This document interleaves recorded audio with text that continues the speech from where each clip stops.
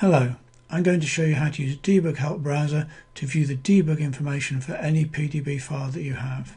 So we click Load and specify the DLL or the executable that we want to view the debugging information for. So I'm going to choose the Edit tool DLL here, which is the component we use for displaying source code in any of our tools. You can see the debug information is loaded and there's a number of different columns available. You can sort on any column by selecting the column.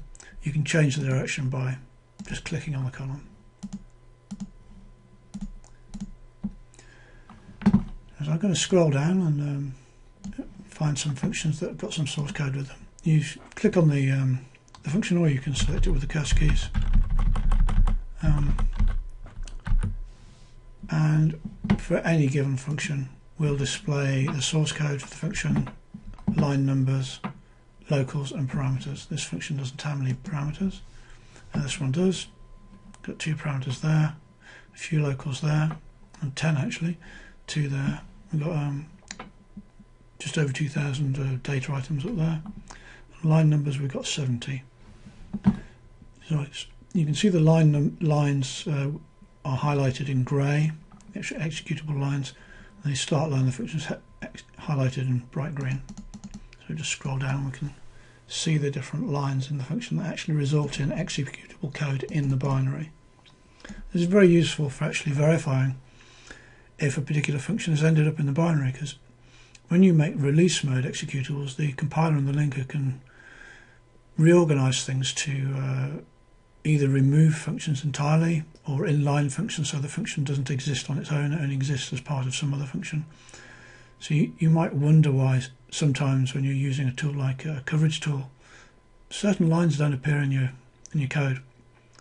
It's because the optimiser and the compiler have basically optimized them out of existence, and you can verify that sort of thing with this tool. If you know the name, the address of a function, you can search for it here. So I'm going to type in a random address here and press query, and we'll see if it selects anything. No, not random enough. Right, let's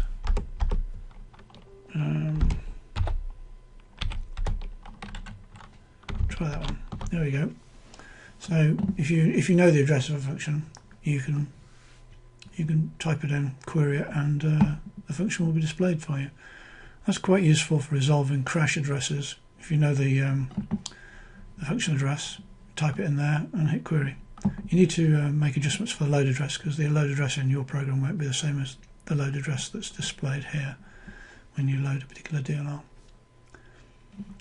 If you want to do some simple filtering, you can filter by tag, choose data or executable code, or if you actually want one of the individual filters supplied by DbgHelp, that's all those there. Most of them are empty, just a few actually have data, and then you've got functions, most of which have debugging information with them, file names and the like.